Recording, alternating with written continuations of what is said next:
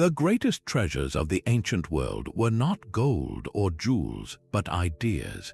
For thousands of years, profound wisdoms guided entire civilizations, only to fade from memory, buried by the sands of time. Today we embark on a journey to recover 25 of these forgotten wisdoms. You will discover a toolkit of timeless insights for living a more balanced, resilient, and meaningful life.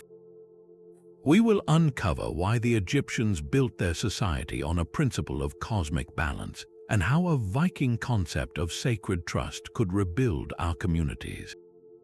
What is the one piece of ancient wisdom you feel is most missing from our modern world?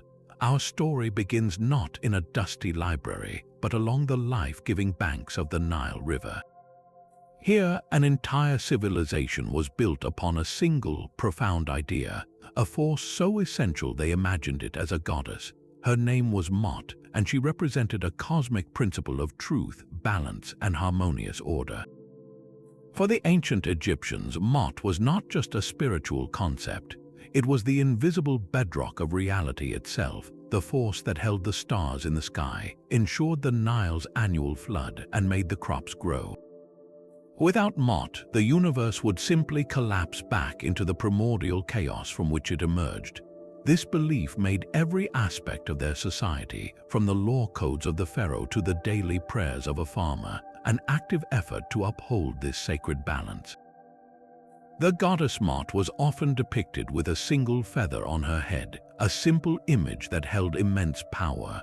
In the Hall of Judgment after death, a person's heart was weighed against this feather.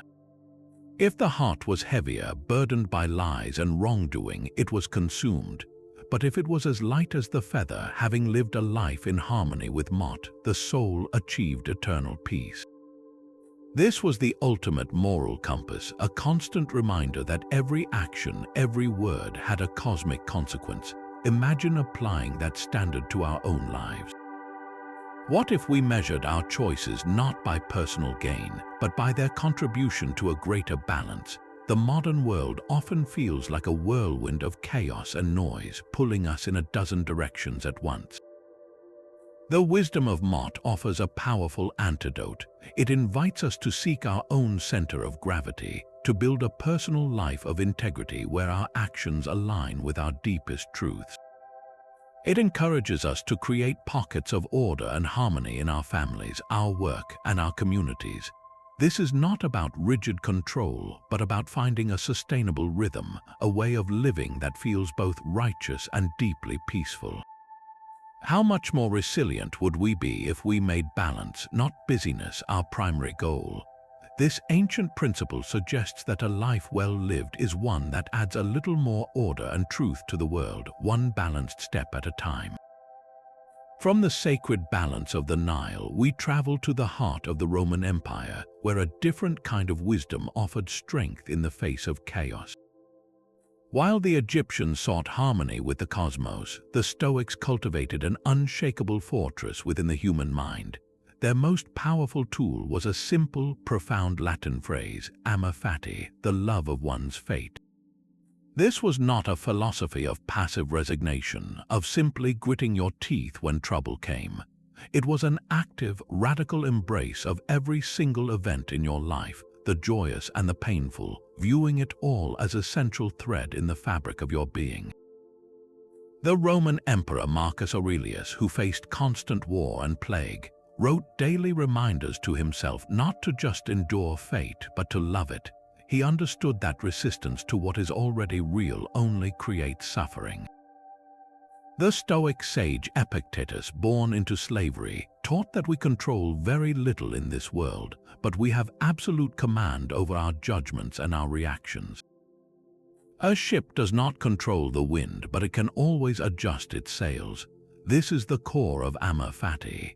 It transforms every obstacle, every setback, every piece of bad luck into fuel for your growth.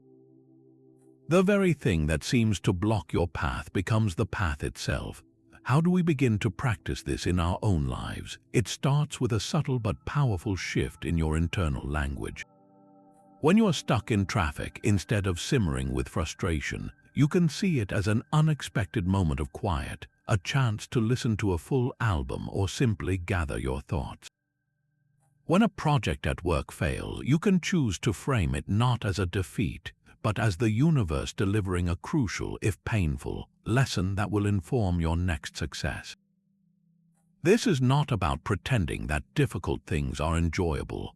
It is about recognizing that they are necessary. The muscle of resilience is only built through resistance. By actively accepting and even loving the challenges we face, we drain them of their power to cause us anxiety and despair.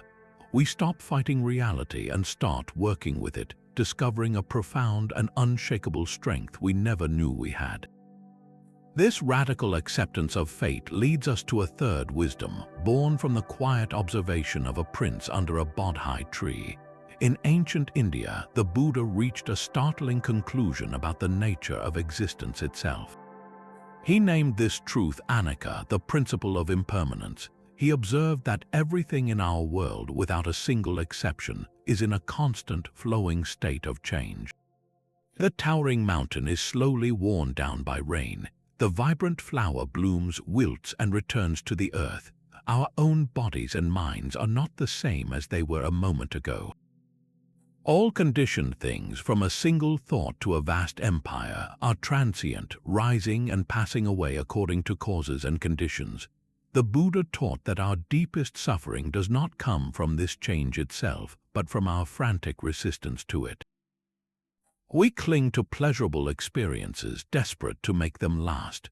We build identities around our youth, our health, our relationships, and our possessions, believing they are permanent. We rage against loss, illness, and aging, as if they were personal insults rather than natural parts of the universal flow. This clinging, this desperate grasping for stability in a flowing river, is the very source of our anguish.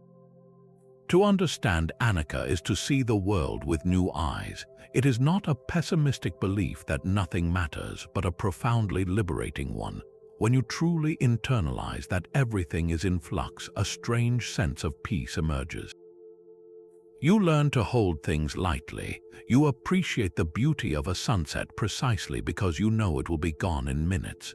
You savor a joyful moment with a loved one without the underlying anxiety of its eventual end. You can weather the storm of a personal failure because you know this, too, is a passing state, not your permanent identity. In our modern world, driven by materialism and a fear of change, this wisdom is a powerful antidote. The chase for the next purchase, the next promotion, the next sign of external validation is often an attempt to build something permanent in an impermanent world.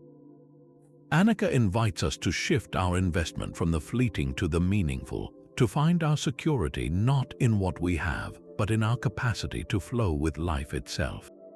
This acceptance unlocks a deeper appreciation for the present, the only moment that ever truly exists. How much lighter would you feel if you stopped fighting the current and learned to float? This flowing acceptance of life's impermanence finds a powerful echo in the heart of ancient China, where a different path to a meaningful life was being mapped. Long before the Great Wall, a teacher named Confucius offered a blueprint for a harmonious society built not on laws, but on the quality of a person's character. The cornerstone of his entire philosophy was a single, potent virtue, Ren. This word is often translated as humaneness or benevolence, but its true meaning runs much deeper. Ren represents the highest possible state of moral excellence a person can achieve, a perfect virtue that radiates outward as empathy, profound kindness, and a genuine respect for every other human being. For Confucius, this was not an abstract ideal. It was a practical, attainable goal, the very essence of what it means to be a good person living in a community with others. Ren was considered the central pillar of the 5 constant virtues, the core ethical framework that guided every aspect of life, from family conduct to governing a state. But how does one cultivate such a lofty quality? The answer lies in our everyday interactions. Confucius taught that Ren is not found in isolation, but is forged and refined within the web of our relationships. It is practiced through the respect a child shows a parent, the loyalty between friends, the responsibility a leader feels for those they guide. Even the formal rituals of society, from ceremonial greetings to shared meals, were seen as training grounds for Ren. These rituals were not empty performances. They were designed to instill a habitual awareness of others, a constant practice of putting the collective good before selfish desire. In our modern, often disconnected world, the wisdom of Ren feels urgently relevant. We are more connected digitally than ever before, yet genuine human warmth can feel in short supply. Ren calls us back to the fundamental truth that our humanity is defined by how we treat one another. It asks us to lead with compassion in our workplaces, to practice active kindness in our online interactions, to see the inherent worth in every person we meet. This ancient virtue challenges the very notion of the self-made individual, reminding us that we are all interconnected. True strength, according to this wisdom, is not demonstrated through power over others, but through the benevolent influence we have on the world around us. What would our communities look like if we each took responsibility for nurturing this seed of perfect virtue within ourselves? While Confucius was mapping the virtues of human society on the distant continent of Australia, a wisdom was being lived that saw no separation between society and the earth itself. For the Aboriginal peoples, the entire cosmos is woven together by a profound and living force known as the Dreamtime. This is not a myth about a long-ago past. It is a continuous, eternal reality, a dimension that exists parallel to our own, where the past, present, and future are all happening at once. In the Dreamtime, ancestral beings of immense power rose from the formless earth and began to journey. As they moved across the barren land, their actions and their very bodies shaped the world we know today. One ancestor dug a channel and it became a river. Another threw a spear and it became a mountain range. A third fought a great battle, and the blood that spilled soaked into the ground, creating the rich red ochre of the desert. But their work did not end with creation. At the end of their journeys, these beings did not die. They sank back into the land, into the very features they had formed, infusing every rock, waterhole, and tree with their sacred life essence and their spiritual power. This means the land is not just a physical place. It is a living, breathing library of law, history, and identity. Every hill and valley is a chapter in an ongoing story, a testament to the ancestral beings who are still present, still watching, still providing for their descendants. The concept of owning land in the Western sense is unthinkable within this worldview. You cannot own your ancestors. You belong to the land. You are responsible for it, bound to it by a sacred trust that stretches back to the very beginning of time. This connection is actively maintained through song, dance, art, and ceremony. These are not mere performances. They are vital acts of remembrance and participation. By singing the songs of the rainbow serpent, you are not just telling a story. You are helping to keep the world in its proper order. You are renewing the creative energy that flows through that particular place. This wisdom offers a radical challenge to our modern, linear perception of time. We often see time as a straight line with a clear past, present, and future, and we are constantly rushing forward, leaving the past behind. The Dreamtime presents time as a vast, interconnected web. The creative past is not gone. It is eternally present, pulsing just beneath the surface of the visible world, accessible through ritual and a deep, respectful relationship with country.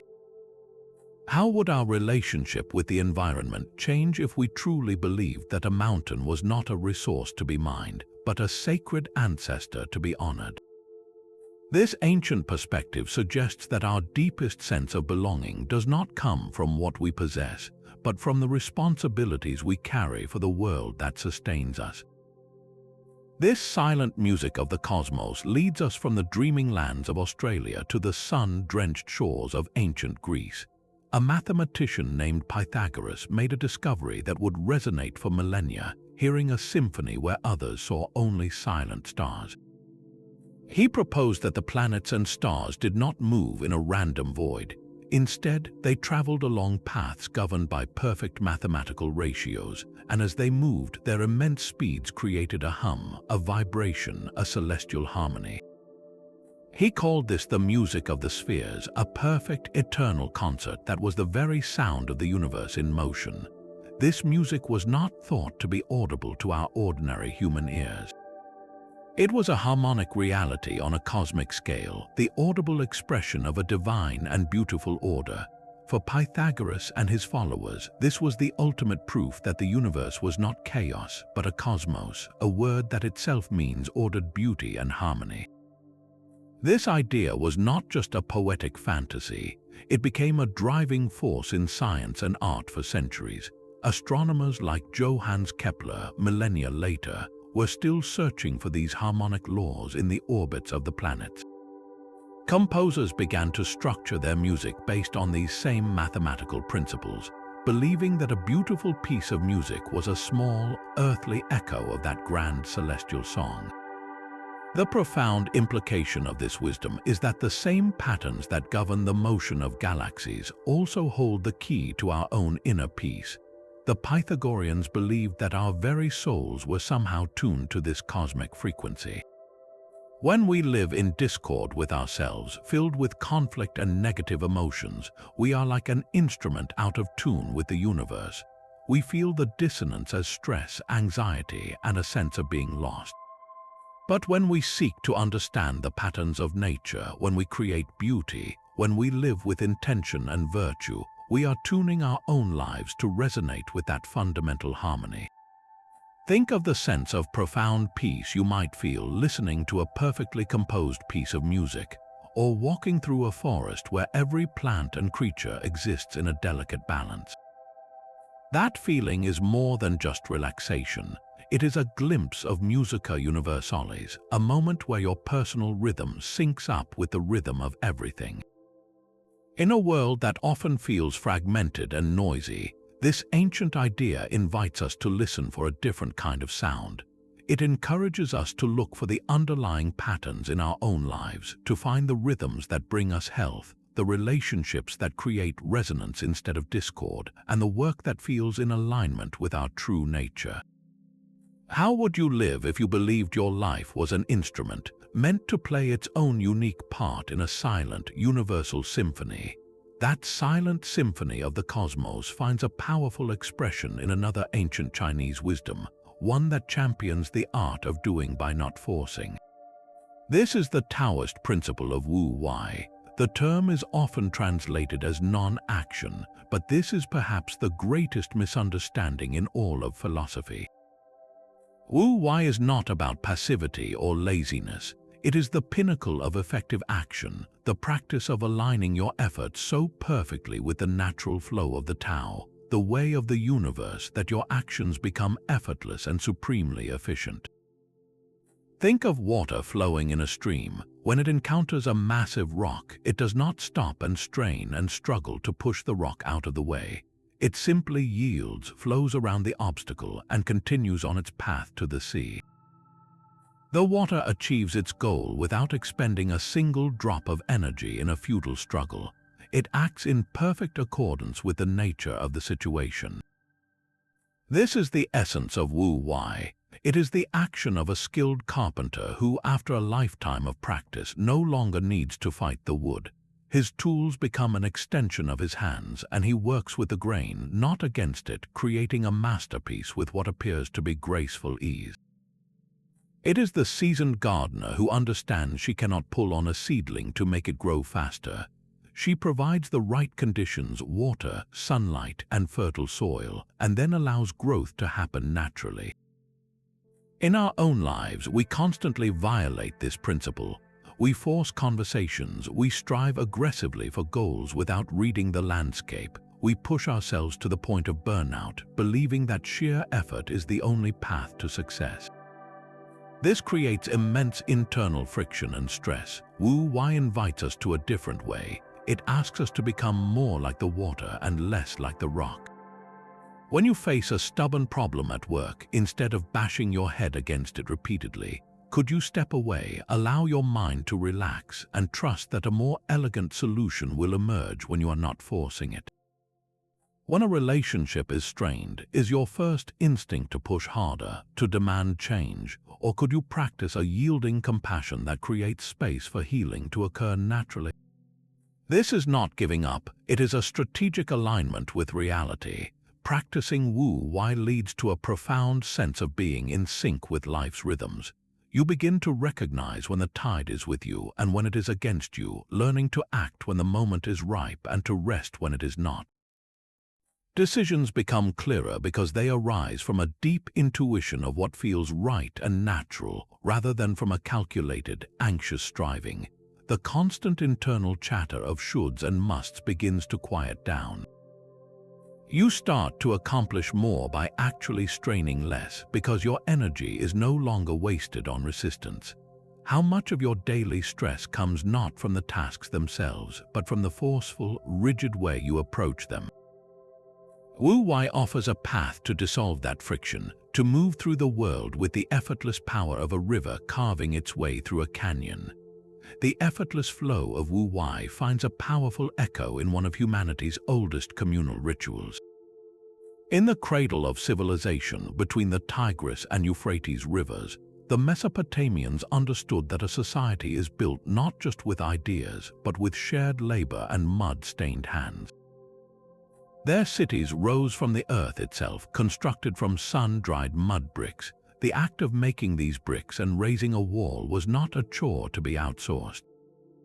It was a sacred communal event. Entire villages would gather, mixing water and straw with the rich soil, pressing the clay into wooden molds and laying each brick with a collective purpose. This was far more than simple construction. It was a physical manifestation of their interdependence, a ritual that wove the individual firmly into the fabric of the whole.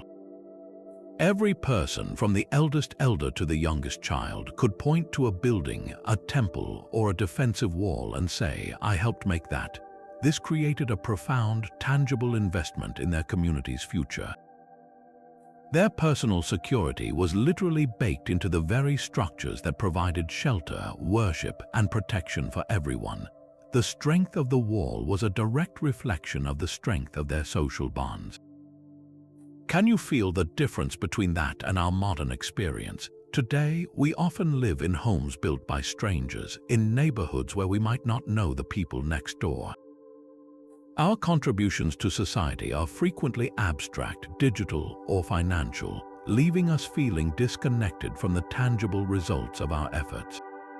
The Mesopotamian wisdom reminds us that human beings thrive when we are co-creators of our shared world. This is not a call to abandon technology and start making mud bricks, but an invitation to find modern equivalents of that communal building. It could be a neighborhood garden where everyone tends a plot, a community clean-up day in a local park, or collaboratively supporting a local project. These acts transform us from passive consumers of our environment into active participants. They rebuild the vital muscle of shared responsibility and remind us that our individual well-being is inextricably linked to the health of our collective home. In an age of hyper-individualism, this ancient practice offers a simple, profound truth. We are at our strongest when we are building something together. This sacred trust in the collective finds a fierce and vital expression in the frozen fjords of the north. Among the Vikings, survival was not a solitary pursuit but a communal vow, encapsulated in a powerful and untranslatable concept, frith. This was so much more than the absence of violence. Frith was a sacred, woven state of belonging, an active force of trust and goodwill that bound a family or community together into an unbreakable whole. It was the invisible fortress that protected them from the harshness of the world. Within the circle of Frith, every member was bound by solemn obligations. Loyalty was absolute, not a vague ideal but a daily practice. Hospitality was a sacred duty, where even a stranger at the door was brought inside, fed, and offered protection, transforming a potential threat into a guest under the bond of frith.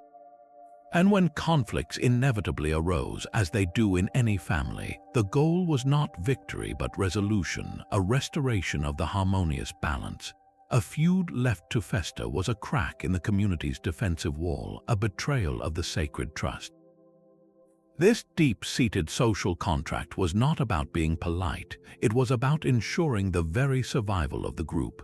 In a world of scarce resources and constant danger, a community fractured by internal strife was a community doomed. Their strength was literally in their unity, a unity actively maintained through the daily practice of frith. This ancient model speaks directly to the isolation felt in many modern communities. We may live in densely populated areas, yet we can feel utterly alone, our connections often transactional and fragile.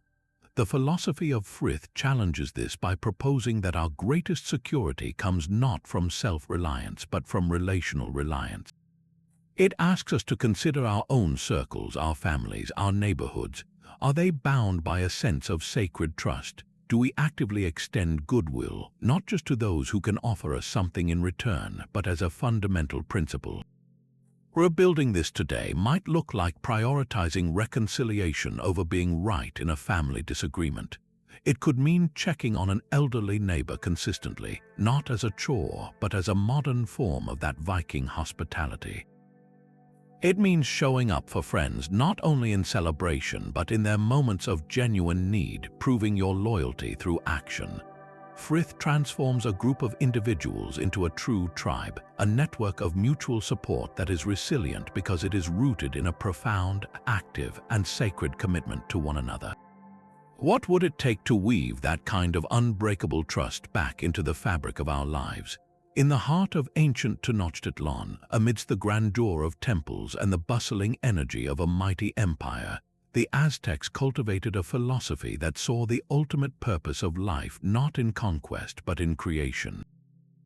They called this profound concept indigenous, which translates simply yet beautifully as flower and song.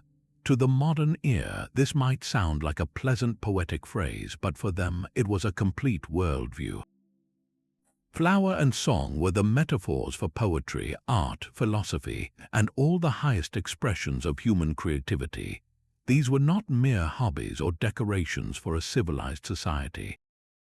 They were the very channels through which human beings could perceive truth, experience divine beauty, and grasp the fleeting, enigmatic meaning of existence. In a world often focused on material survival and imperial power, the Aztecs held that the soul required this nourishment just as the body required food.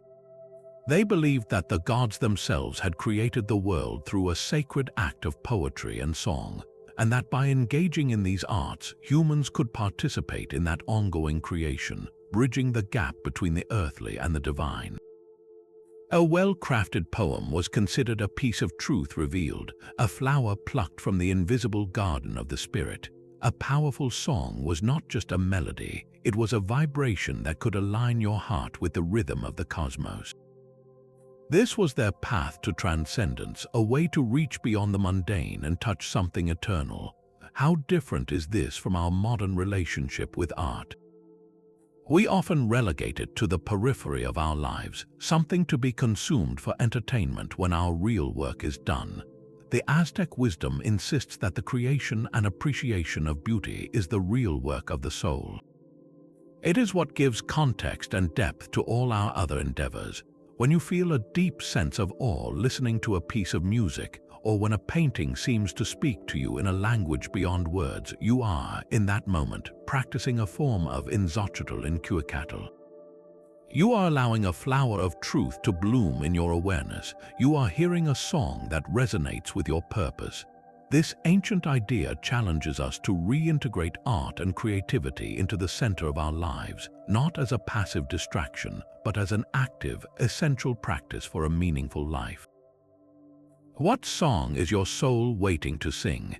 What beauty are you being called to bring into the world? The Aztec pursuit of beauty through flower and song required a deep, internal focus, a skill that finds its ultimate expression in a wisdom from ancient India. There is a quiet art to turning down the volume of the world. In the yogic tradition, this is known as pratyahara, the fifth limb of yoga, which translates as the withdrawal of the senses. This is not about shutting down your hearing or sight, but about consciously redirecting your attention away from the endless buffet of external stimuli and turning it inward. Think of your mind as a magnificent, luminous lake.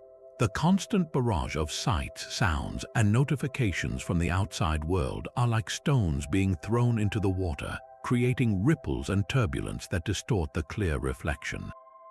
Pratyahara is the practice of gently asking the world to stop throwing stones for a little while, allowing the water of your mind to become still and clear once more. This practice serves as the essential bridge between the outer aspects of yoga, like physical postures and breath control, and the profound inner states of meditation. You can sit in a quiet room to meditate, but if your senses are still latched onto the traffic outside, a pending email, or a fragment of a song stuck in your head, you are still outside the gates of true inner quiet. Pratyahara is the act of unhooking, of gathering your scattered awareness back to a single, peaceful point within yourself. In our modern context, this ancient wisdom is the ultimate digital detox, but for your entire nervous system. We live in an age of unprecedented sensory overload, where our attention is the most valuable commodity, constantly being bid upon and fractured. The practice of pratyahara offers a way to reclaim your mental sovereignty. It begins with simple, deliberate actions. You might sit for 5 minutes and focus solely on the sensation of your breath moving in and out, gently guiding your attention back every time it wanders to a sound or a thought. You could take a walk in nature without headphones, allowing your senses to absorb the subtle, calming frequencies of the natural world instead of the frantic pulse of digital media. It is in these moments of conscious sensory withdrawal that you rediscover a space of profound clarity and peace that was inside you all along. This is not an escape from reality, but a homecoming to your own center. How much of your mental energy is spent reacting to the world, and how much is left for simply being? Pratyahara provides the answer, a timeless method for finding stillness amidst the noise. 1,000 miles from any shore, the Polynesian navigator stands alone on his canoe, feeling his way across the planet. With no compass, no map, and no sextant, he is guiding his vessel across the greatest expanse of water on Earth using an art known as wayfinding. This was not merely navigation, it was a continuous, living conversation with the world. These master voyagers learned to read the night sky as a vast, rotating map, memorizing the precise path of over 200 stars, knowing which ones rose and set over which islands. But their senses reached far beyond the heavens. They learned to interpret the subtle language of the ocean itself, feeling the direction of swells as they reflected off distant, unseen islands, a gentle pulse in the water that spoke of land over the horizon. They watched the flight patterns of birds. A certain tern flying out at dawn and returning at dusk revealed the direction to its home island. They read the clouds whose shapes and colors were altered by the landmasses they gathered over. This was a holistic, multisensory awareness, a true fusion of person and environment. The navigator did not simply move across the ocean, he was an active part of its rhythm, his own body and senses becoming the most sophisticated instrument on the vessel. This profound connection required an immense trust in the natural world and in the knowledge passed down through generations. It was a form of embodied intelligence, a wisdom that lived not in a book or device, but in the feel of the wind on the skin and the memory of the stars. Our modern world has traded this deep, somatic knowledge for the cold precision of a satellite signal. A GPS tells us exactly where we are with stunning accuracy, but it tells us nothing about where we are in a deeper sense. It requires no observation of the clouds, no feeling of the swells, no relationship with the stars.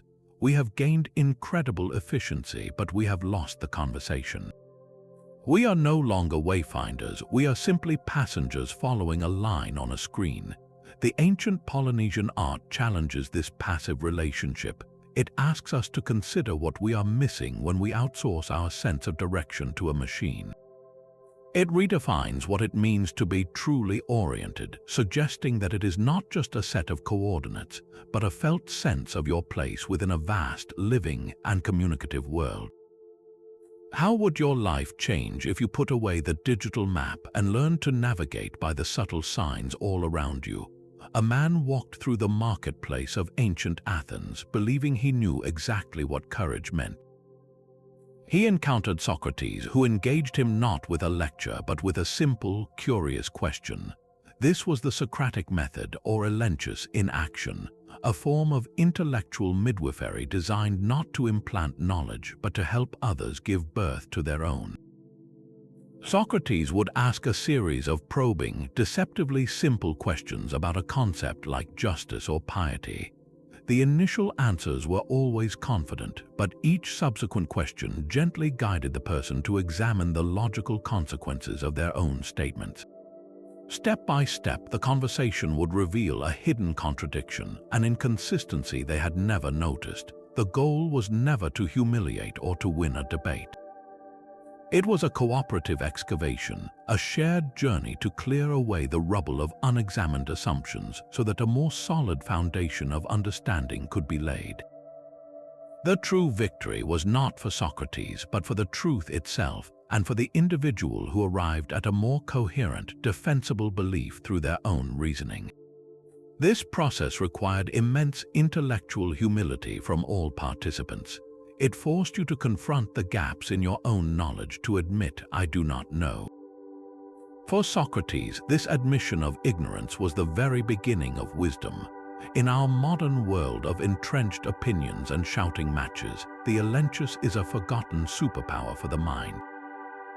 We are taught to defend our positions, to rally evidence for our side, but rarely are we taught to question the very structure of our beliefs. Imagine applying this to a heated discussion on social media. Instead of firing back with a counter-argument, what if you asked a genuine, clarifying question? What do you mean by that term? What evidence would change your mind? This shifts the dynamic from a battle to a shared inquiry. It cools the temperature and invites collaboration. In our personal lives, we can turn this inward, becoming our own Socrates. When you feel absolute certainty about a career path or a relationship, pause and question your own assumptions. Why do I believe this is the only way? What if the opposite were true? This self-interrogation dismantles cognitive biases and opens doors to possibilities you had previously walled off. The Socratic method is not about creating doubt for its own sake, but about building a sturdier, more truthful understanding of the world and our place in it. How many of our conflicts and personal stagnations are rooted in beliefs we have never truly, honestly questioned? A single truth can have countless faces. In the ancient spiritual traditions of India, the Jains developed a profound doctrine to explain this very phenomenon, a principle known as Enkantavada. This intricate word translates to non-absolutism, and its core teaching is deceptively simple. No single, limited perspective can ever capture the entirety of a complex truth. Reality is multifaceted, and our individual viewpoints are like tiny windows onto a vast landscape, each offering a real but incomplete glimpse of the whole. The most famous illustration of this is the timeless parable of the blind men and the elephant. One man touches the animal's sturdy leg and declares an elephant is like a pillar. Another feels its swinging trunk and insists it is like a thick snake. A third, holding its ear, is certain it resembles a large fan. Each man is correct based on his own direct experience, yet each is profoundly wrong in his absolute conclusion. The conflict arises not from the facts of their experience, but from their insistence that their partial truth is the only truth. This is the essence of Enkantavada. It is a call to hold our perceptions with a gentle humility, recognizing that someone else's contradictory viewpoint is not necessarily false. It is likely just a different part of the same magnificent elephant. In our modern world of fierce polarization, where political, social, and even personal debates are so often framed as battles between right and wrong, this ancient wisdom is a vital balm. It offers a practical method for navigating disagreement without animosity. When you encounter an opinion that seems utterly wrong or even offensive, Anicca invites you to pause and ask a transformative question: what part of the elephant is this person touching?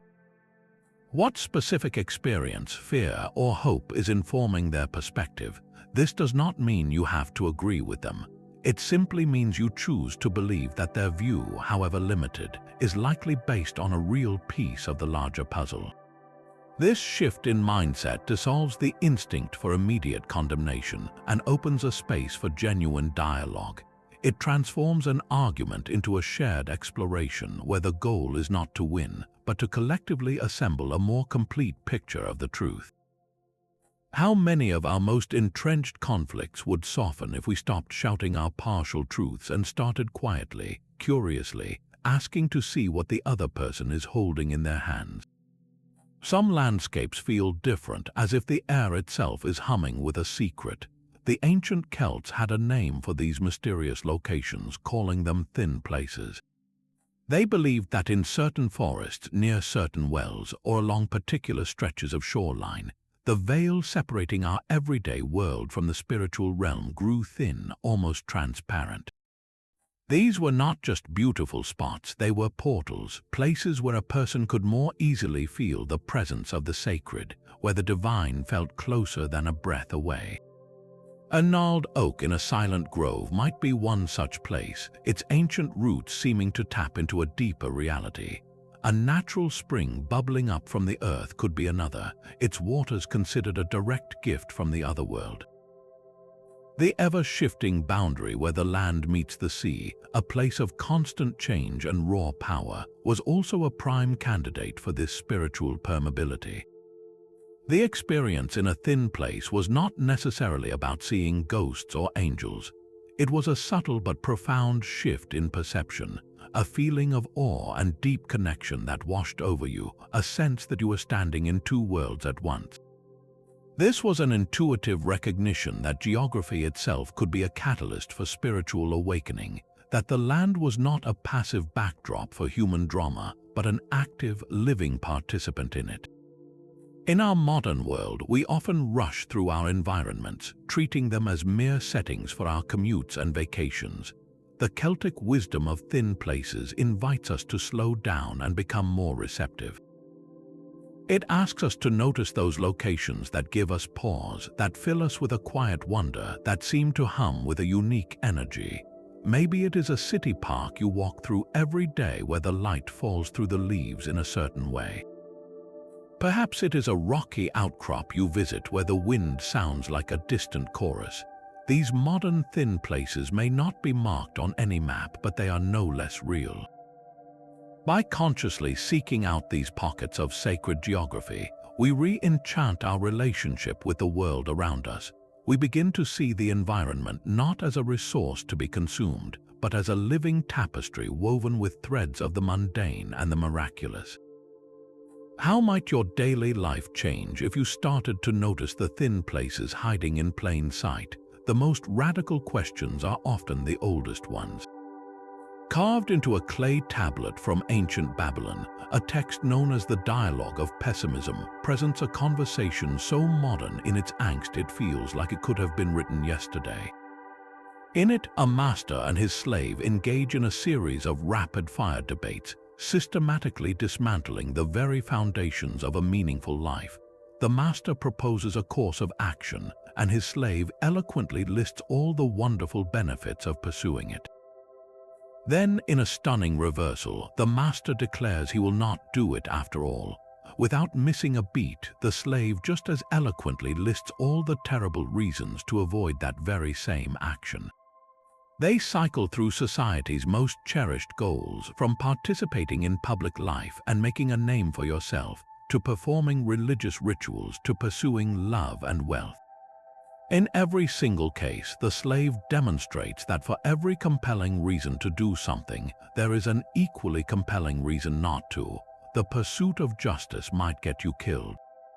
The pursuit of profit might lead to ruin. Even helping others could bring you only trouble. The dialogue ends without a neat resolution, leaving the reader with a profound sense of the absurdity of all human endeavor. This was not nihilism for its own sake. It was a sophisticated philosophical exercise, a deliberate scraping away of societal certainties to see what, if anything, remained underneath. The Babylonians, living in one of the world's first highly structured urban civilizations, were already questioning the rigid paths laid out for them, the conventional scripts for success and piety. They understood that when every road can be logically argued to lead nowhere, the very act of choosing a path is stripped of its pretended inevitability. This acknowledgement of life's inherent absurdity is not a counsel of despair, but a strange and powerful form of liberation. When you realize that no single societal path has a monopoly on meaning, the responsibility for creating meaning falls squarely on you. The master, in his futility, is trapped by the options society gives him. The true wisdom lies in the slave's agile mind, his ability to see every side of the coin, demonstrating that the mind itself is the only thing that cannot be fully imprisoned by convention. This ancient dialogue invites us to conduct our own internal version of this debate. Why are we chasing the careers, the possessions, the milestones we are chasing? Is it because we have deeply considered the alternatives, or because it is the script we were handed? Questioning the path does not mean abandoning the journey. It means waking up to the fact that you are the one choosing to walk it. That conscious choice, made in full awareness of other possibilities and even of the potential for futility, is where authentic freedom begins. How much of your life is being lived on autopilot, following a map drawn by someone else's dialogue? High in the Andes, the air thin and the mountains ancient, an empire thrived on a single sacred rule. The Inca called this principle Aini, a word that embodies the very spirit of reciprocal exchange. This was far more than simple trade or barter. Aini was a living covenant, a spiritual understanding that all life is interconnected through a continuous cycle of giving and receiving. It governed every relationship, from the interactions between two neighbors to the bond between an entire civilization and the Earth Mother, Pachamama. If you helped your neighbor build a house, you did not receive a payment. You received a sacred promise that when your own roof needed mending, the community would arrive to help. The labor you gave was not a debt to be collected, but a thread you wove into the community's fabric, strengthening the whole so the whole could, in turn, strengthen you. This created a society not of isolated individuals, but of interdependent members, all held together by a web of mutual responsibility and trust. Aini extended profoundly to the natural world. The earth, Pachamama, was not a resource to be mined, but a living, conscious being who gave her children life, water, and food. In return, the people had a sacred duty to give back to her. They offered rituals, prayers, and careful stewardship of the land. They built intricate terraces to prevent erosion, understanding that caring for the soil was an act of Aini with the mountain itself. A harvest was not just taken, it was received with gratitude, and something was always offered in return to maintain the balance. This created a sustainable, circular economy of respect that lasted for centuries. Our modern global economy, in stark contrast, is overwhelmingly linear. We extract, we produce, we consume, and we discard with little thought for the cycles we are breaking. We view nature as a warehouse to be emptied, and our relationships can become transactional, measured in immediate, equivalent value. The wisdom of Aini offers a radical and healing alternative. It asks us to reconsider our own exchanges. When you support a local farmer, are you engaging in a simple transaction for food, or are you participating in a small act of Aini, supporting a steward of the land who in turn nourishes your community? When you mentor someone at work without expecting a direct promotion, you are practicing a form of Aini, investing in the health of your collective environment. This principle transforms our relationship with the planet from one of domination to one of partnership. It suggests that true sustainability is not achieved through better technology alone, but through a fundamental shift in our ethos from a mindset of taking to one of reciprocal care. What would our world look like if every corporation, every government, and every individual operated on the belief that for every gift received, a respectful return is owed to the web of life itself? A life governed by reciprocal exchange demands a keen sensitivity to timing. While the Incas practiced Ubuntυ within the cycles of nature, the ancient Greeks gave us the language to understand time itself on two distinct levels. They recognized chronos, the steady, relentless tick of the clock that measures our days and years, the quantitative flow of seconds into minutes into hours. But they also worshipped another kind of time, a concept far more subtle and potent, known as Kairos. This was not the time of calendars and schedules, but the time of the critical moment, the opportune opening, the fleeting window of destiny. Kairos was often depicted as a young, agile god, bald but for a single lock of hair on his forehead. You can only seize him as he approaches, grasping that lone forelock. Once he has passed you by, his bald head offers nothing to hold onto, and the moment is lost forever. This powerful image captures the essence of Kairos. It is the qualitative right time for action, an opening in the fabric of events that requires not just haste but profound discernment and readiness. It is the difference between speaking and knowing exactly when to speak to have maximum impact. It is the pause a skilled carpenter takes before making a critical cut, feeling for the perfect alignment in the wood. It is the entrepreneur who recognizes a market shift not as a threat but as the precise moment to pivot. Our modern world is overwhelmingly structured around chronos. We live by alarms, deadlines, and a constant pressure to be productive within measured blocks. This makes us slaves to the clock, often blinding us to the organic rhythms of Kairos that pulse beneath the surface. We force conversations because our schedule says it is time, missing the subtle cues that the other person is not ready to listen.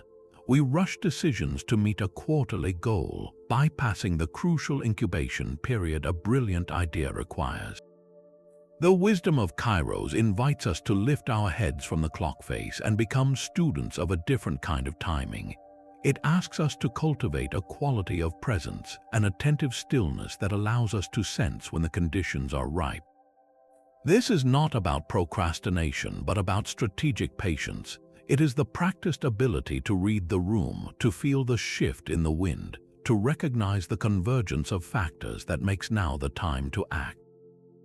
How many opportunities have slipped past you not because you were incapable, but because you were too busy watching the clock to see the opening? By learning to honor Kairos, we move from being mere time managers to becoming graceful conductors of our own lives, learning to play our notes not when the metronome ticks but when the music demands it. There is a deep power in the simple choice to be good. In ancient Persia, long before empires rose and fell, a prophet named Zarathustra laid out a spiritual path of stunning clarity, built upon a threefold cord of ethical living. He called this the path of Ubuntυ, Hakta, Huvashta, good thoughts, good words, and good deeds. This was not a list of separate suggestions, but a single, unified process for shaping a life of integrity from the inside out. The Zoroastrians saw the universe as a cosmic battlefield between a spirit of truth and order and a spirit of chaos and deceit. Every human being is an active soldier in this war, and our primary weapons are these three: our mind, our voice, and our hands. The sequence is deliberate and profound. It all begins with Ubuntυ, good thoughts. This is the vigilant cultivation of your inner world, the conscious effort to weed out jealousy, anger, and deceit before they can take root. It is the practice of choosing compassion over judgment, of focusing on solutions rather than complaints, of planting seeds of hope in the soil of your own mind. These thoughts are not private and harmless. They are the blueprints for everything that follows. From this purified inner space flows Hakta, good words. Your speech becomes the physical manifestation of your thoughts, a force that can either build up or tear down. The Zoroastrians held truth-telling as a sacred duty, but Ubuntυ goes beyond mere honesty. It is speaking with kindness, offering encouragement, using your voice to spread understanding rather than discord. It is recognizing that a careless word can be a weapon, while a considered one can be a balm. Finally, this chain of intention and expression culminates in Ubuntυ, good deeds. This is where thought and word become tangible action in the world. It is the helping hand offered without expectation of reward, the stand taken for justice, the small act of generosity that lightens another's burden. A good thought that is never spoken or acted upon remains a phantom, a potential that never manifested. The true power of this triad is in its unbreakable connection. You cannot consistently perform good deeds while harboring malicious thoughts, just as you cannot long speak good words while your actions betray them. This ancient mantra acts as a constant personal feedback loop for ethical living. It asks you to become the guardian of your own mind, the poet of your own speech, and the architect of your own impact. In a world filled with noise and complexity, this Zoroastrian wisdom cuts through with elegant simplicity. It offers a daily practice, a moment-to-moment checklist for aligning your life with a force of light. Before you speak in a meeting, you can pause and ask if your words are good. Before you act out of frustration, you can check if the thought behind it is pure. This is not about achieving perfection, but about engaging in the conscious, continuous work of self-creation. What battle would you be fighting if your only weapons were the quality of your thoughts, the truth of your words, and the kindness of your actions? The labyrinth of Knossos holds more than just the myth of a monster.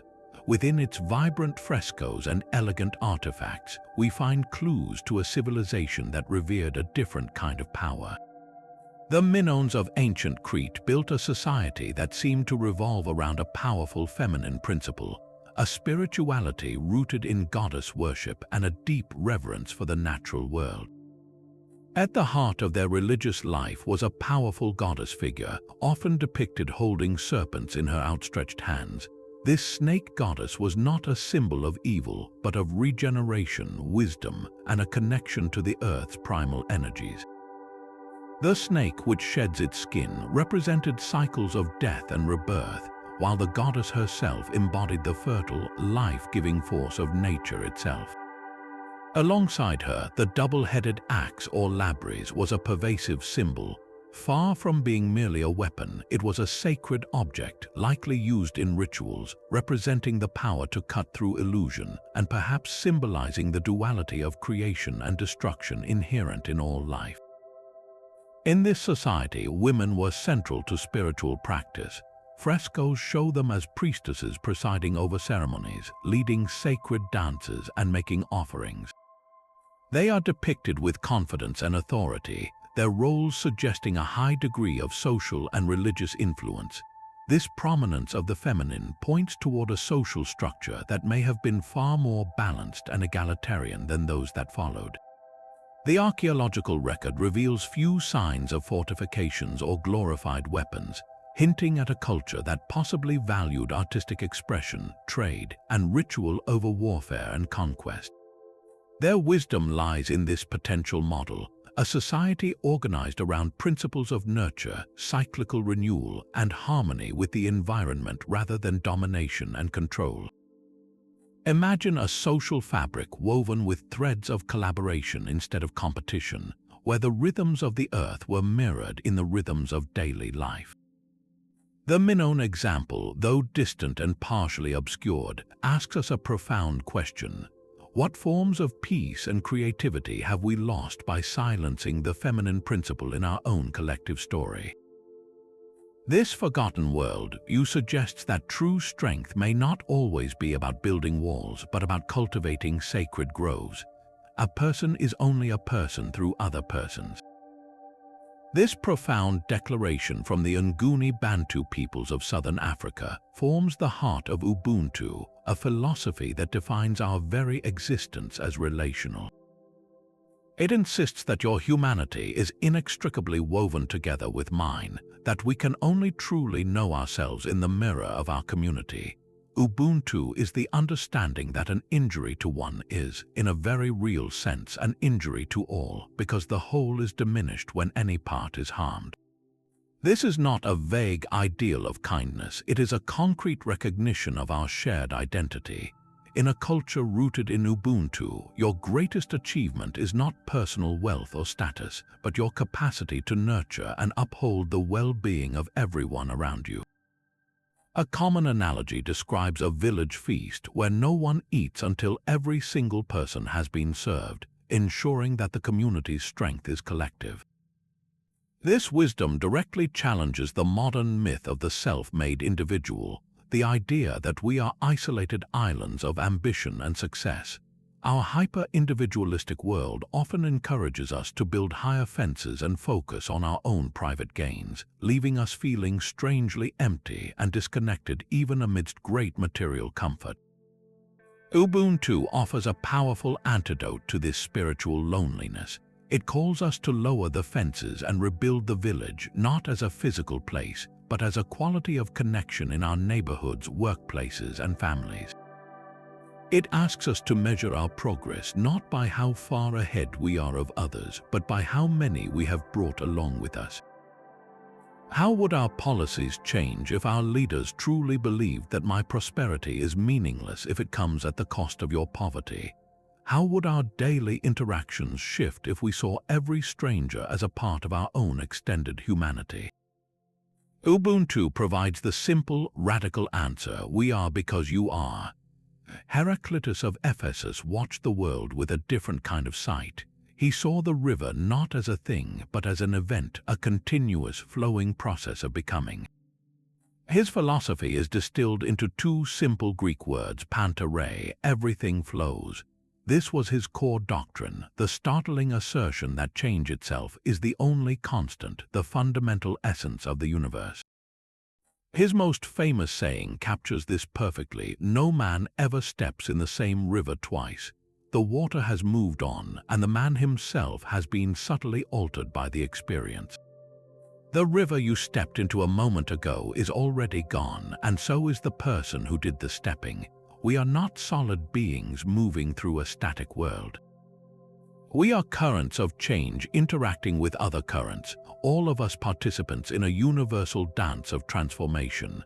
Heraclitus saw this flux everywhere, in the slow erosion of a mountain, in the flickering of a flame that is never the same flame from one instant to the next, and in the constant renewal of the cells in our own bodies.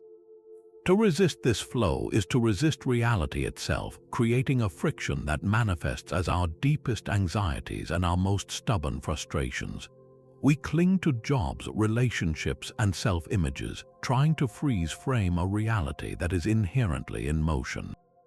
The wisdom of Panta Rei invites us to let go of that rigidity. It teaches us to see ourselves not as fixed statues, but as rivers, constantly shaped by our experiences and constantly moving toward new horizons. When you lose a job you held for years, it is not just the end of a chapter, it is the powerful current of change carving a new channel for your life. When a relationship evolves or ends, it is the river doing what rivers do, flowing onward. This perspective does not trivialize pain or loss, but it reframes them as natural, inevitable parts of the cosmic process, not as personal failures or injustices. Embracing this fluid nature of existence allows us to adapt with far more grace. Instead of fighting the current, we learn to swim with it, to notice the new directions it offers, and to trust the journey even when we cannot see the destination. How much energy do you waste trying to build a dam against the river of your own life? Heraclitus offers a profound liberation, the freedom that comes from accepting that you are the flow. The choices of our ancestors shaped the world we live in today, and the choices we make now will echo for centuries. The Haudenosaunee, or Iroquois Confederacy, embedded this profound truth into the very core of their law and culture with the seventh-generation principle. This wisdom dictated that in every significant decision, from the councils of peace to the management of the land, the people must consider how their actions would impact the seventh generation yet to come. This was not a vague environmental suggestion. It was a binding constitutional mandate for intergenerational responsibility, a moral compass pointing 7 lifetimes into the future. Imagine a leader standing before their people, contemplating a proposal to clear a forest for farmland. The immediate benefit is obvious: more food for the current community. But the seventh generation principle would demand a different set of questions. What will this land provide for our children's children's children? Will the soil be depleted? Will the animals that our descendants rely on have vanished? Will the rivers still run clean? This long-term perspective fundamentally reshapes the calculus of governance, forcing a society to prioritize legacy over immediacy, stewardship over exploitation.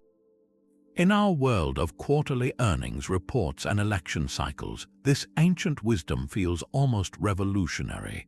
We are conditioned to think in terms of years or maybe decades, but the Iroquois were planning for a future they would never see, out of a sacred duty to those who do not yet have a voice. The relevance of this principle to our current planetary crises is staggering.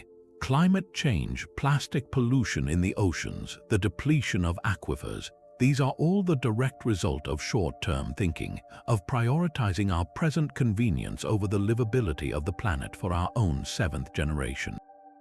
Adopting this mindset would transform our approach to policy. It would mean investing in renewable energy, not because it is cheaper now, but because it ensures clean air for our great-great-grandchildren. It would mean redesigning our economy to be circular, where waste is designed out of the system, because we are borrowing resources from future generations, not stealing them.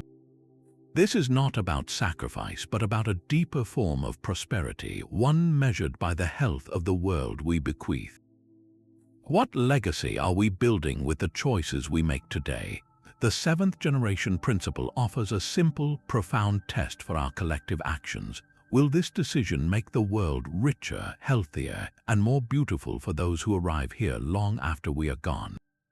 Even the most ordered societies can fall out of favor with the gods. For the ancient Mesopotamians, calamity was never a random accident. A devastating flood, a plague, or a lost war was a clear signal that the community had somehow failed, that a divine order had been fractured by human misdeed or neglect. Their response was not a quiet, private sorrow, but a public, sacred technology for repairing the cosmos itself. They engaged in elaborate communal lamentation rituals, led by professional mourners and priests, whose dirges and songs were meticulously composed and performed. This was not seen as a simple outpouring of grief. It was a necessary, functional act, a spiritual intervention designed to soothe the anger of the gods and restore the fundamental balance between heaven and earth. The entire community would participate in this vocalized sorrow, acknowledging their shared fault and shared suffering in a powerful, collective catharsis. The wisdom here was in recognizing that unchecked grief, like an untreated wound, could fester and poison the entire social body. By creating a formal, sanctioned space for its expression, they transformed a potentially destructive force into a tool for communal healing and realignment. This stands in stark contrast to our modern approach to loss, where grief is often treated as a private, almost embarrassing process to be endured alone and rushed through behind closed doors. We lack the shared containers for our collective sorrows, the communal rites that allow a neighborhood, a city, or a nation to openly mourn a tragedy, and in doing so, begin to mend its fractured spirit. The Mesopotamian ritual suggests that by giving our grief a voice together, we do not wallow in sadness. We actively participate in restoring a sense of meaning and order to a broken world. What burdens might we collectively release if we rediscovered the sacred courage to lament as one? The final wisdom on our journey takes us to a garden in ancient Athens, where a man named Epicurus taught a philosophy so often distorted it has lost its true meaning. He called the goal of life ataraxia, a state of serene tranquility, a complete absence of mental disturbance and physical pain. This was not the frantic pursuit of pleasure we associate with the word Epicurean today. In fact, Epicurus saw that kind of intense, sensual indulgence as a trap, a source of anxiety that ultimately destroys peace. True pleasure, he argued, was the quiet satisfaction that comes when all your needs are met and your mind is free from worry. He believed this state was achieved through a threefold path: the cultivation of deep friendships, the appreciation of simple, natural pleasures, and most importantly, the systematic removal of unnecessary desires and fears. Epicurus himself lived a famously simple life, finding profound joy in a piece of cheese, a conversation with a close friend, or the contemplation of a beautiful sunset. He taught that we must distinguish between desires that are natural and necessary, like food and shelter, natural but unnecessary, like luxurious foods or extravagant fame, and those that are vain and empty, like the thirst for power or endless wealth. The vain desires are insatiable, a bottomless pit that guarantees a life of frustration.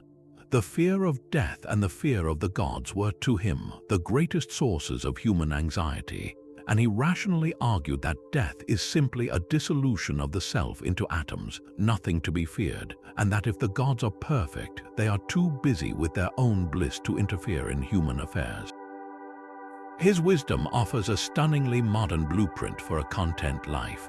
In a world screaming at us to want more, to do more, and to be more, the path to ataraxia is a radical act of subtraction. It is the conscious choice to find richness in a home-cooked meal shared with loved ones instead of a five-star restaurant, to value a walk in the park over a costly vacation, to define security not by the size of your bank account but by the depth of your connections. This philosophy asks us to conduct a fearless audit of our own desires. Which of our cravings, if fulfilled, would actually bring lasting peace, and which would merely create a new, more complex want? By pruning away the vain and unnecessary, we make space for the quiet hum of contentment to finally be heard. How much of the noise in your life is the sound of unmet and ultimately unimportant desires? Epicurus reminds us that the most luxurious thing we can own is an unshakable peace of mind. From the tranquil garden of Epicurus to the cosmic balance of Mott, these 25 forgotten wisdoms form a remarkable tapestry of human insight. Each thread, woven from a different time and culture, reveals our ancestors' profound quest for meaning, purpose, and a life well lived. We journeyed from the Nile's sacred harmony to the Vikings' sacred trust, from the Buddha's acceptance of change to the Polynesians' deep conversation with the sea. We encountered philosophies of effortless action, communal building, and intellectual humility. Despite their incredible diversity, powerful common threads bind them all together. Each one, in its own way, calls us to seek balance over chaos, to nurture community over isolation, and to find our true place within the vast, interconnected cosmos. These are not dusty relics for a museum display. They are a living toolkit forged in the fires of time, uniquely suited to help us navigate the speed, noise, and complexity of our 21st century world. They offer us ways to calm our anxious minds, rebuild our fragmented communities, and mend our strained relationship with the planet. The true power of this journey lies not in simple admiration, but in personal application. The most important step begins now. Choose just one of these wisdoms, the one that whispered most directly to your spirit. Perhaps it is the Stoic resolve to love your fate, or the Aboriginal understanding of a living, dreaming land. Maybe it is the simple Zoroastrian mantra to guard your thoughts, words, and deeds. Whatever it may be, carry it with you from this moment. Explore it further, contemplate its meaning, and find one small, practical way to weave its thread into the fabric of your daily life. We would be honored to hear which ancient wisdom resonated most deeply with you. Share your choice in the comments below, and let us continue this conversation, rediscovering together the timeless tools for a more resilient and meaningful existence.